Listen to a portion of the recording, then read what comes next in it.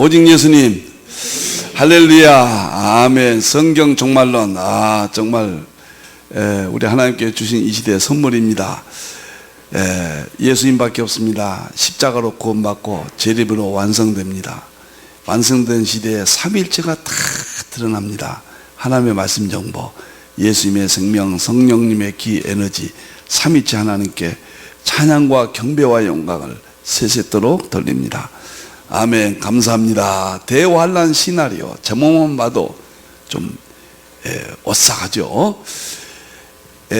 우리가 종말론이라는 게 직접 기록한 것은 계시록이 가장 중요하죠.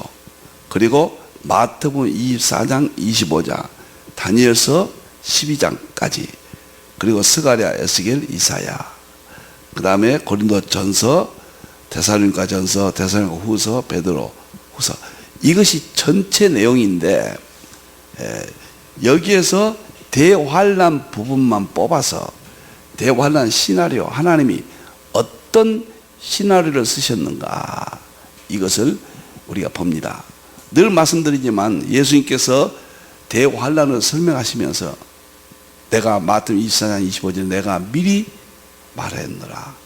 미리 말했으니까 반드시 좀 알아라. 깨닫고 준비해라. 이렇게 강한 의미가 있습니다.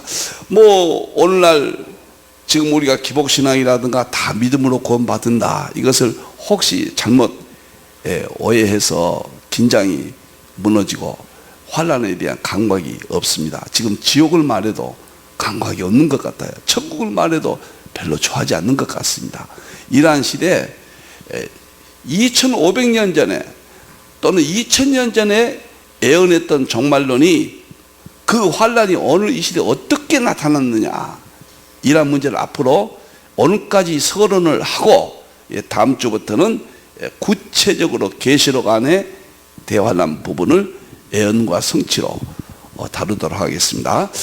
자, 다음에 보도록 하겠습니다. 이제 오늘은 성경 종말론 쉬운 네 번째입니다. 서론 마지막 번째입니다. 다니엘서, 마태복음 24장, 그 다음에 계시록, 여기에 있는 환란의 내용들을 전체 윤곽이라도 좀 알기 위해서 짚어만 드리겠습니다. 그리고 계시록부터 이제 다음 주부터는 환란 부분을 뽑아서 설명을 드리겠습니다. 마태복음 24장 21절 22절 100번이고 읽어보세요. 그때 대환란 때 그 말이에요. 마지막 때 그 말이에요. 큰 환란이 있다. 우리 예수님이 큰 자를 붙였어요. 이 비범한 용어입니다. 이게 읽겠습니다. 창세로부터 아담이 창조된 창세기 1장 2장 그때부터 지금까지 이런 환란이 없었다. 예수님 당시까지. 우리가 이스라엘 백성이 바벨론에 포로되고 왕이 목이 잘리고 국민들이 쇠사슬에 묶여서 끌려가고, 그건 아무것도 아니라는 거예요. 우리 예수님 말씀하신 거예요. 이런 환란이 없었고 후에도 없으리라. 이게 대환란 때 그거 하나만 최고고 나머지 환란들은 거기에 버금가지 않는다. 그래서 그 날들을 감하지 아니하면 모든 육체는 우리가 살아서 대환란을 맞이한다, 그런 뜻이에요. 육체가 구원을 얻지 못할 것이나 그러나 택하신 자들을 위하여 그날들을 감하리라. 이 감한단 말이 다니엘서 9장 27절 적그리스도가 7년 동안 언약을 맺죠. 7년 대환란이죠. 그리고 정했죠. 자기가 괴롭히겠다는 거예요. 그런데 우리 예수님께서 그날을 감해버립니다. 이제 감한 문제는 우리가 여러 번 공부를 했습니다. 그러면 이렇게 무시무시한 대환란이 어떻게 연결되어 있는가? 이렇게 계시록부터 마태복음 24장, 그다음에 다니엘서까지 대충 전체를 파악하고 앞으로 수개월 동안 어떤 의미에서는 1년 가까이 될지도 모르겠습니다. 뭐 해봐야 알겠지만은 가장 중요하니까 이게 징조가 가장 중요하고 징조 중에서도 환란이 가장 칼라가 중요한 핵심이에요. 그러니까 계시록의 정말로는 핵심을 지금 공부하겠다. 구체적으로 알려. 만일에 대환란 시나리오 이런 주제를 걸지 않냐면은 환란이라는 게 도대체 무엇을 말하는지 계시록을 많이도 포인트를 찾기가 어렵습니다. 이제 제가 칠판에서 대충 저도 부족하지만 대충 설명을 포인트만 오늘 잡아드리겠습니다. 네, 이제 계시록과 마태복음 24장과 다니엘서의 전 내용 중에서 어떤 부분이 환란인가 간단하게 제가 설명을 하겠습니다. 대환란입니다. 환란이죠. 먼저 계시록 22장까지 내용을 보겠습니다. 계시록 21장, 2장, 3장, 4장, 5장, 6장, 7장, 8장, 9장, 10장, 11장, 12장, 13장, 14장, 15장이죠. 그 다음에 16장, 17장, 18장, 19장, 20장, 21장, 22장이죠. 제가 계시록을 연구하면 양자역학이 이해되니까 양자역학 문화시대 계시록의 성격이 정확하게 동일하고 양자역학의 문화와 시대의 일반은 전통에서 계시록을 입증하게 되어 있다. 이 내용이 너무도 참 신비합니다.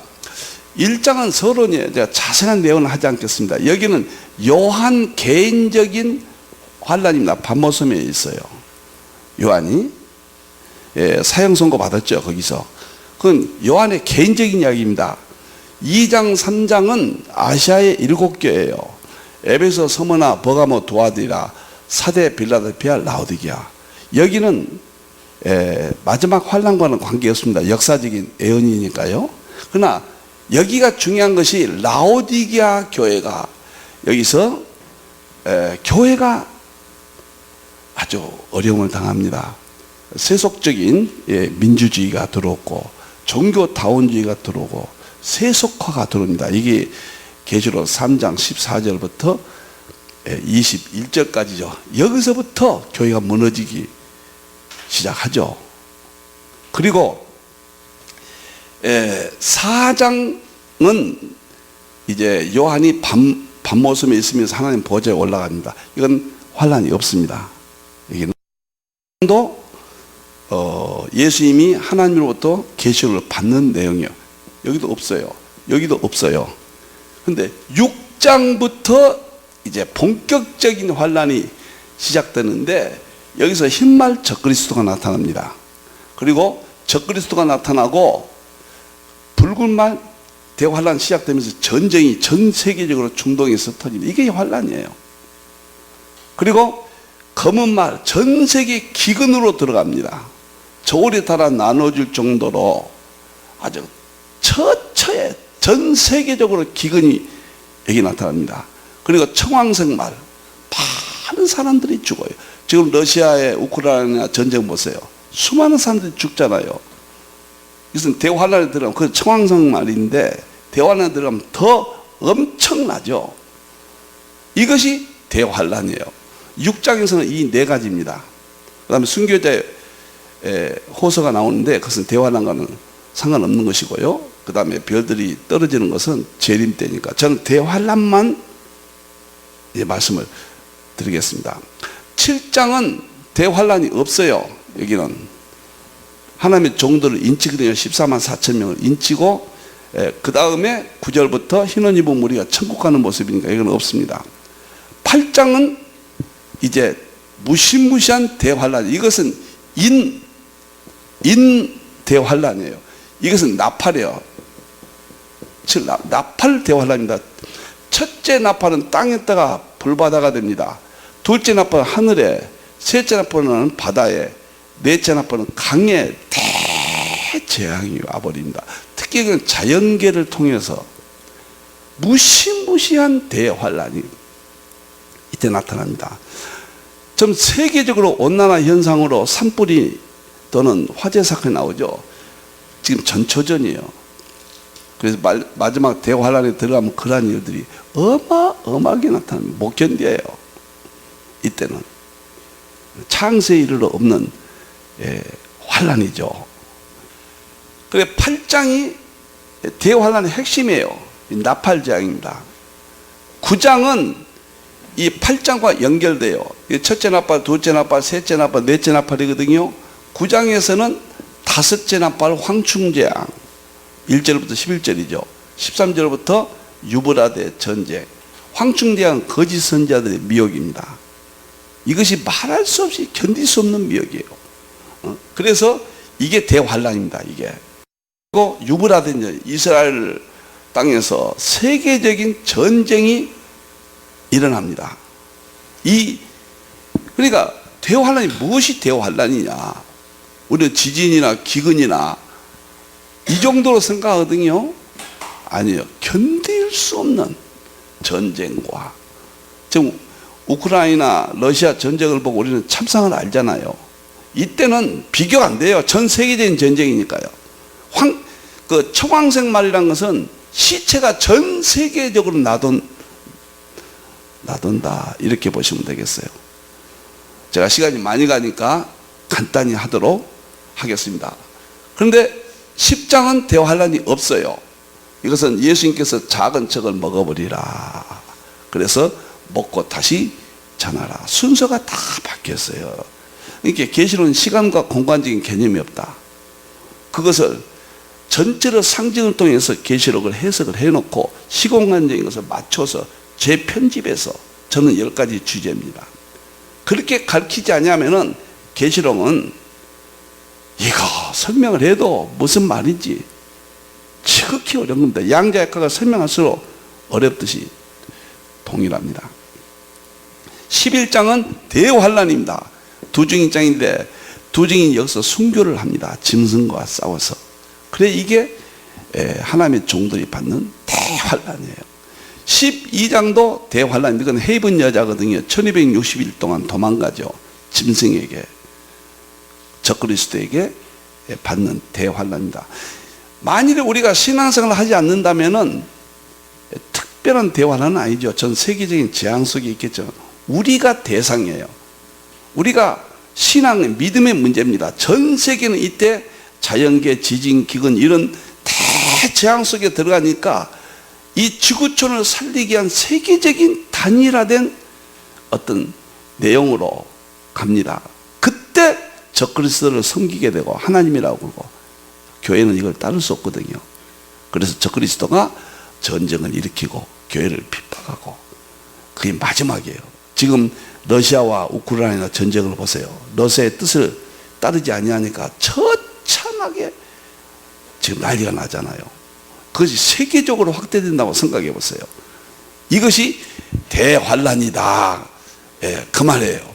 그 다음에 13장은 결정적인 적그리스도입니다. 이건 적그리스도가 하나님을 해방하고 성도들을 핍박하는 적그리스도 내용입니다.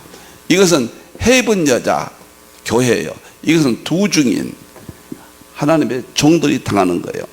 14장은 환란의 구체적인 내용은 아닙니다. 이건 곡식은 천국 가고 포도송이는 심판 지옥 간다. 15장은 환란 내용은 없어요. 교회가 불이 섞인 유리바다에서 승리해서 예배드리고 있는 모습이에요. 이건 좋은 모습입니다. 그 다음에 16장은 이것은 심판입니다. 7대접이에요. 첫째 대접은 땅이 땄었잖아요. 그래서 둘째, 셋째, 넷째, 다섯, 여섯, 일곱째 대접까지 전부 쏟아버려요. 이것은 환란이 아니라 심판이에요. 그런데 심판에서 17장은 또 이게 환란이에요. 이게 음녀거든요. 그러니까 재림 후에 또 이게 대환란 시작이고 시간이 이렇게 공간이 다 바뀌어요. 계시록은 정말 어렵습니다. 계시록을 서신서 보듯이 보면 안 되죠. 여러분들이요. 시공간이 없다는 거, 양자역학과 같은 구조라는 거, 그것이 이해가 되셔야 됩니다. 그런데 18절은 음녀가 멸망당하니까 이건 대환란이 아니에요. 우리하고는 상관없는 거예요. 심판이니까. 19장은 재림입니다. 이건 대환란이 아니에요. 우리가 영광을 받는 거죠. 20장은 천년왕국 하니까 대환란이 아니에요. 21장은 천년왕국 축복이니까 대환란이 아니에요. 22장은 결론이니까 대환란이 아니에요. 그러면 계시록에서 대환란은 뭐냐면 6장, 8장, 9장, 11장, 12장, 13장, 17장 7개밖에 없어요. 대환란. 추려버리면 이렇게 간단해요. 근데 이것은 이제 구체적으로 제가 도표를 만들어서 드리겠습니다. 거기에 대한 대비를 하면 되는 것이죠. 제가 말씀드립니다. 양자역학은 물리학적으로 가면은 정말 어렵습니다. 물리학자들, 양자역학자들이 양자역학을 안다는 사람은 모른다는 것이다. 양자역은 공부할 수 없는 미궁에 빠진다 그랬거든요. 그런데 성경에 삼위일체론으로 양자역학을 보면은 조금 내가 과장된 이야기인지 모르지만은 초등학생, 학문제, 이 세상 일반론적은 하나님의 그 세계의 지식과 일반론적은 비교가 안 됩니다. 이건 창조사에 있는 자연의 이치예요. 고속사의 진리로 자연의 이치, 창조사를 보면 별게 아니에요. 그런데 고속사의 진리도 또 어렵잖아요. 그런데 창조사의 자연의 이치로, 하나님의 창조 이치로 고속사의 진리로 보면 이것이 또 다 보여주고 입증이 되버리거든요. 이 둘 관계가 결정돼. 21세기는 신학이나 목회나 설교가 이쪽이에요. 방향이 보여주고 입증하는 거예요. 자, 이상 제가 너무 간단하잖아요. 계시록 하나, 둘, 셋, 넷, 다섯, 여섯, 7개 네모가 7개밖에 안 보이잖아요. 이것이 대환란이다. 뭐 이렇게 보시면 되겠습니다. 자, 그러면 이제 마태복음 24장으로 갈게요. 마태복음 24장은 3절이 중요하다고 그랬죠. 예수님과 제자들이 대화를 나눕니다. 마지막, 이것은 고난주간의 마지막 나누시는 대화예요. 제자들이 세상 끝에, 주의 임하신가, 세상 끝에 무슨 일이 있습니까? 무슨 징조가 있습니까? 거기에 대해서 예수님이 전부 말씀하시면서 여기서 뭐라고 말씀하시냐면, 이게 마태복음 24장이에요. 대환란은 마태복음에는 여기밖에 없어요. 대환란. 25장은 재림 때입니다. 그런데 24장에서도 3절은 세상 끝과 무슨 징조, 이 징조에 대해서 질문할 때 4절부터 답변이에요. 4절, 5절부터는 사람의 미혹을 받지, 여기서부터 이제 환란입니다. 미혹이에요. 미혹을 받지 않도록 조심하라. 사람의 미혹. 여기서부터 이제 예수님 말씀하시는 것은 대환란에 들어가는 겁니다. 지금. 그리고 6절에서 뭐냐면 난리와 난리가 아니다. 난리와 난리. 이 단어 속에는 계시록에 있는 모든 그 환란 내용, 다니엘서 내용들이 포함된 겁니다. 6절에서는. 그 다음에 7절 보면은 민족이 민족을, 나라가 나라를, 그 다음에 처처의 지진과 처처의 기근이 있다. 이것이 계시록과 다 짝이에요. 제가 다니엘서까지 계시록을 하고 또 이 세 가지를, 세 권을 또 통합해서 또 설명을 드리도록 합니다. 아마 굉장히 흥미진진하고 이러한 관점에서 보는 것은 아마 거의 누가 다르지 않는 것 같습니다. 왜냐하면 과거는 불가능했죠. 나타나지 않았기 때문에. 지금만 가능한 거예요. 지금만. 20세기 중반부터 열리기 시작해서 21세기는 지금 다 열렸으니까요. 이제 계시록 하신 분들은 이게 가능한 거예요. 과거 주석가들은 이게 불가능했습니다. 이렇게 설명하는 것은. 자, 그러면은 지진 기근 나가다가 10절에 중요한 이야기를 합니다. 환난의 시작이라, 재난의 시작이라 이렇게 나와요. 재난의 시작이라. 그 7년 대환란 되면은 미혹이 먼저였습니다. 이거 적그리스도와 정교다운주의예요. 응? 그리고 난리와 난리, 민족이 민족을 전쟁이 터지고 지진이 터지고 기근이 터지고 사랑이 식어버리고 서로 잡아주고 미워하고 이런 일이 벌어지는 거예요. 그게 재난의 시작이라. 그리고 끝까지 여기서 견뎌라. 끝까지 견디지 않으면 안 된다. 예수님이 14절에 계속 이야기하시잖아요. 그러다가 결정타가 환란이 뭐냐면 15절이에요. 여기는 환란의 시작입니다. 이건 시작. 환란의 15절 중간이에요. 환란 중간. 멸망의 가증한 미운 물건이 적그리스도가 나타났는데, 나타났던 시작 때 나타납니다. 그런데 대환란 중간에, 중간이죠. 중간에 거룩한 곳에 선다 말이에요. 예루살렘 성전 지어지고 거기가 자기가 하나님이라 한다. 사루 2장 4절에 있잖아. 자기가 하나님이라고 그런다. 성전에 앉아. 이것이 환란 중간인데 창세에 이르러 없는 환란입니다. 적그리스도가 자기가 하나님이라고 그러고 세계를 장악하기 위해서 전쟁이 이때 마지막 막판으로 끝나요. 유브라데 전쟁이고 모든 전쟁이 여기서 끝납니다.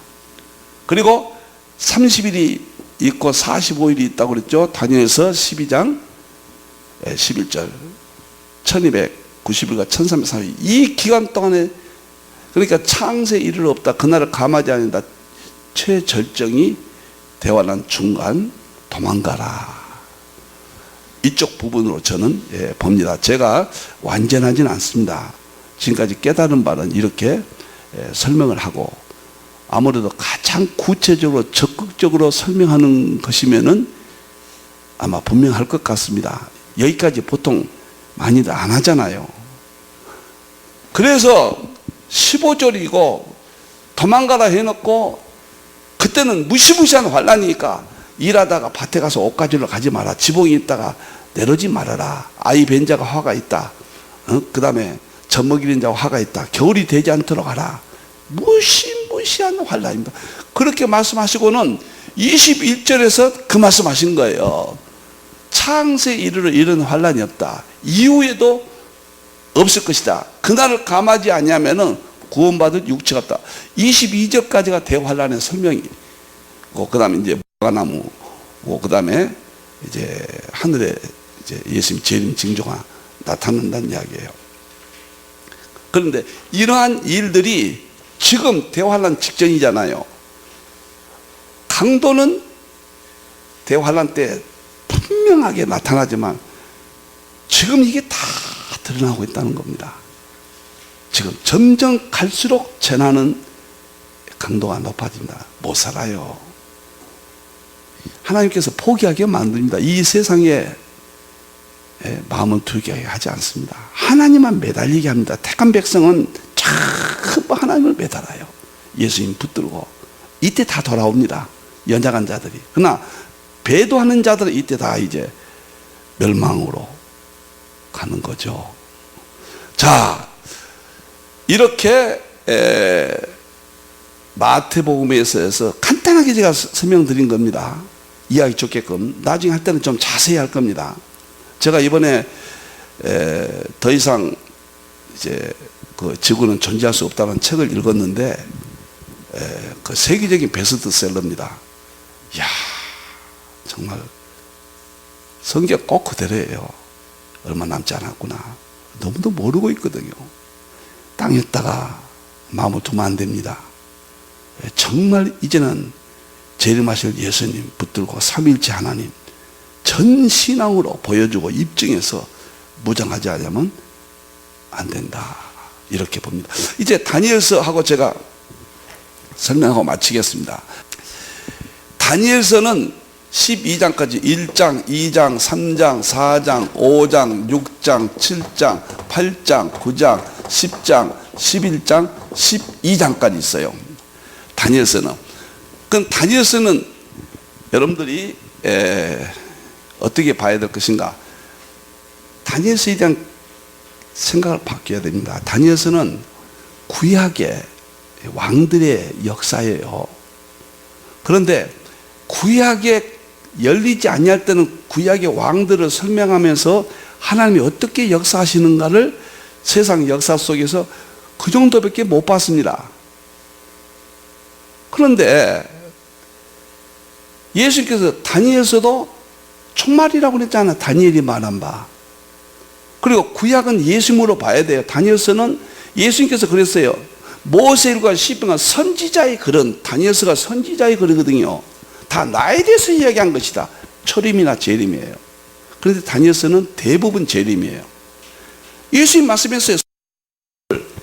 이게 기준이에요. 예수님 초림, 재림 이야기입니다. 초림과 재림은 전혀 흔적도 없어요. 다니엘서 보면은. 지금 시각적인 개념으로는 전혀 관련이 없어요. 그런데 예수님은 나에 대해서 지금 이야기한 것이다. 다니엘서가. 다니엘서 12장이 뭐라 하겠습니까? 마지막에 12장 4절 마지막 때까지 봉함하라. 지금 다니엘서 왕들 이 역사는 그냥 이대로고 역사입니다. 이것은 사실대로 진행됐습니다. 그러나 참 뜻은 마지막 때에 열린다. 다니엘서가. 마지막 때 언제냐? 계시록 22장에 보면 임봉하지 말라. 다니엘은 봉함하라고 그랬는데 계시록에서 열어라. 그 말. 계시록이 마지막 때에 열릴 때 다니엘서도 계시록과 동일한 해석을 해야 돼요. 왕들을 통해서 지금 재림을 이야기한 거예요. 그 이야기가 뭐인가? 그것이 별의 비밀, 첫대의 비밀, 짐승의 비밀, 그 다음에 음녀의 비밀, 7인 7합 7대접 똑같은 거예요.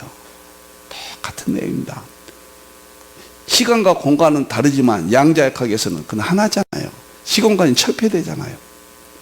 그렇게 개념으로 보시면 돼요. 구약이 재림과 동일하게 통합이 됩니다. 융합이 돼요. 그러면 여기서 계시록에서는 어떤 환란이 있는가? 우선 1장은 환란이에요. 이거 환란입니다. 이게 뭐냐면 다니엘이 느부갓네살 바벨론의 포로가 되죠. 세 친구. 다니엘은 두 증인 하나님의 종이고 세 친구는 교회의 해입은 여자예요. 예표적으로 보면. 그래서 포로 같은 건 적그리스도에게 포로가 된다는 거예요. 이건 환란입니다. 2장은 미래에 대한 금신상이 나타나서 쭉 발가락까지 오는데 여기는 환란이란 말은 구체적으로 없습니다. 2장은 역사를 설명한 것이지 적그리스도 국가까지 나온 것이지 환란 내용은 없어요. 3장은 7배나 뜨거운 풀무불입니다. 풀무불. 이것은 엄청난 대환란이에요. 7배나 뜨거운 풀무불은 7년 대환란에 그것을 예표적으로 보여준 겁니다. 그게 풀무불 속에 던진다는 것은 우리가 대환란에 던져버려요. 그것이 예수님께서 그랬잖아. 마태 24장 9절에 너희를 환란에 넘긴다 그랬어요. 그러나 7배나 또 풀무불 속에 던진다. 우리를 환란 속에 들어가게 한다. 같은 이야기입니다. 시대적 배경 언어가 달라지 내용은 똑같습니다. 4장은 여기서는 그 느부갓네살 왕이 짐승이 되죠. 구체적인 환란 내용은 없습니다. 5장은 벨사살 왕이 멸망하거든요. 바벨론이 멸망합니다. 이것도 우리에게 직접적인 환란 내용은 없습니다. 이것은. 그런데 6장은 다니엘이 사자굴 속에 들어가요. 왕을 섬기지 않고, 그러니까 하나님을 섬기면, 다른 신을 섬기면은 사자굴 속에 집어넣는다는 금령을 내려요. 근데 다니엘이 예루살렘 쪽을 향하여 하루 3번 기도하고 감사했더라. 이게 발각돼서 다니엘이 사자굴 속에 던집니다. 이것은 하나님의 종족 두 증인들이 받는 대환란이에요. 근데 제가 놀라운 것은 다니엘서나 마태복음이나 계시록이 동일한 내용이에요. 시대가 다르지. 예수님께서 그랬어요. 다니엘이 말한 바 멸망에 가증한 미움을 강하면 도망가라. 도망가라. 이 세 가지는 기가 막힌 짝입니다. 저는 그렇게 50여 권의 조만한 저서를 했습니다. 그렇게 설명을 해왔고요. 지금은 계시록이에요. 지금은 종말론입니다. 그 위에가 삼위일체론이에요. 삼위일체 안에서 예수님이 재림으로 완성됩니다. 이 두 가지예요. 삼위일체론은 과학입니다. 계시록은 징조예요. 다 징조입니다. 이걸 깨닫지 못하면 우리 믿음 지키기가 어렵습니다. 너무도 세상이 악하죠. 세상이. 자, 그러면 7장은 네 짐승 나오죠. 이것이 대환란이에요. 7장에 보면은 사자 같고 곰 같고 표범 같고 철이빨 같은, 지금 현재 사자는 러시아라고 그랬고 곰은 중국이라고 그랬고 표범은 중동이라고 철이빨은 미국 EU라고 그랬습니다. 그런데 8절에 작은 뿔이 새 뿔을 뽑아버려요. 이게 무시무시한 전쟁입니다. 그래서 대환란인 거예요. 그 다음에 8장은 사실은 2300 주야인데 안티오쿠스 에피파네스가 2300 주야에 괴롭히고 예루살렘 성전을 파괴해버리거든요. 이게 대환란 예표예요. 교회를 완전히 무너뜨립니다. 적그리스도가요. 이게 대환란입니다. 9장은 다니엘서 9장 27절에 그가 나타나, 적그리스도가 나타나서 제사와 예물을 금지한다. 예배 못 드리게. 이게 대환란이에요. 이게 다니엘서가 이렇게 중요한 거예요. 이게 다니엘서를 모르면 계시록을 볼 수가 없다. 다니엘 계시록을 짝을 마태복음 24장과 25장 짝 삼위일체가 되어야 비로소 열린다. 그래서 양자역학 개념으로 문화로 이해를 해야 된다. 이것이 제가 보는 관점이죠. 그 10장, 11장 같은 거예요. 최후의 대환란인데 11장 40절부터 전 세계 전쟁이, 이게 유브라데 전쟁이고 10장은 11장에 대한 선언격이거든요. 다니엘이 이걸 보고 기절해 버렸잖아요. 마지막 때 닥칠 전쟁을 통한 미래를 보고요. 기절했어요. 그러니까 엄청난 이게 환란이에요. 창세 이르러 없는 환란이라고 그랬어요. 12장은 환란의 내용은 없습니다. 마지막 때 지식이 더하고 마지막 때 속도가 사람의 왕래가 빨라지고 그러면서 마지막까지 봉함하라. 그래서 저는 다니엘서 하나, 둘, 셋, 넷, 다섯, 여섯, 일곱이잖아요. 계시록도 일곱이고 다니엘서도 일곱이 대환란이에요. 이것은 동일한 내용입니다. 마태복음 24장도 동일한 거예요. 아니 환란이 동일해야지 내용이 다르다면 이게 무슨 궤변이죠. 다니엘서를 통해서 대환란이나 예수님을 통해서 대환란이나 요한을 기록된 대환란이 똑같은 내용이죠. 이 통합되어 있죠. 그래서 통합 융합을 하지 않냐면은 계시록만 하신 분들은 저는 열기 어렵다 이렇게 봅니다. 자, 오늘 이 시간에는 서론 마지막 시간으로 계시록과 제가 마태복음 24장과 다니엘서의 대환란의 윤곽을 제가 설명을 드렸고, 그래서 다음 주부터 이제 들으실 때 어렵지 않을 겁니다. 오늘 이 칠판에 그려진 이 부분의 화면을 사진을 찍어 놓으십시오. 그러면 상당히 도움이 되시겠다 이렇게 생각이 듭니다. 창세 이르러 없는 환란이지만 그날의 가면스러운 일을 보인다. 머리카락 하나 상치 않게 해준다. 너희를 환란을 넘겨주고 그것을 양육하겠다. 내가 보호하겠다. 이것이 대환란 속에서 우리를 이기게 하고 승리해 주는 확신 믿음입니다. 감사합니다. 기도하겠습니다. 하나님 참으로 감사합니다. 무시무시한 대환란, 상상도 어려운 창세 이르러 없는 환란. 그러나 예수님 붙들고 그 안에 믿음을 지키는 자는 이렇게 환란을 쉽게 설명할 수가 있고 어떤 환란도 이길 수 있는 담력을 주십니다. 이제 세계 교회가 깨나게 해주시고 계시록에 이 엄청난 세계를 깨닫고 재림을 준비하게 해주시고 삼위일체 하나님의 말씀 정보, 예수님의 생명, 성령의 기, 에너지, 전 우주 만물 실의 세계까지 다 보여주는 대통일장과 계시록으로 마지막 때를 승리하게 주시옵소서. 하나님 감사합니다. 다시 오실 예수님의 이름으로 기도하옵나이다. 아멘.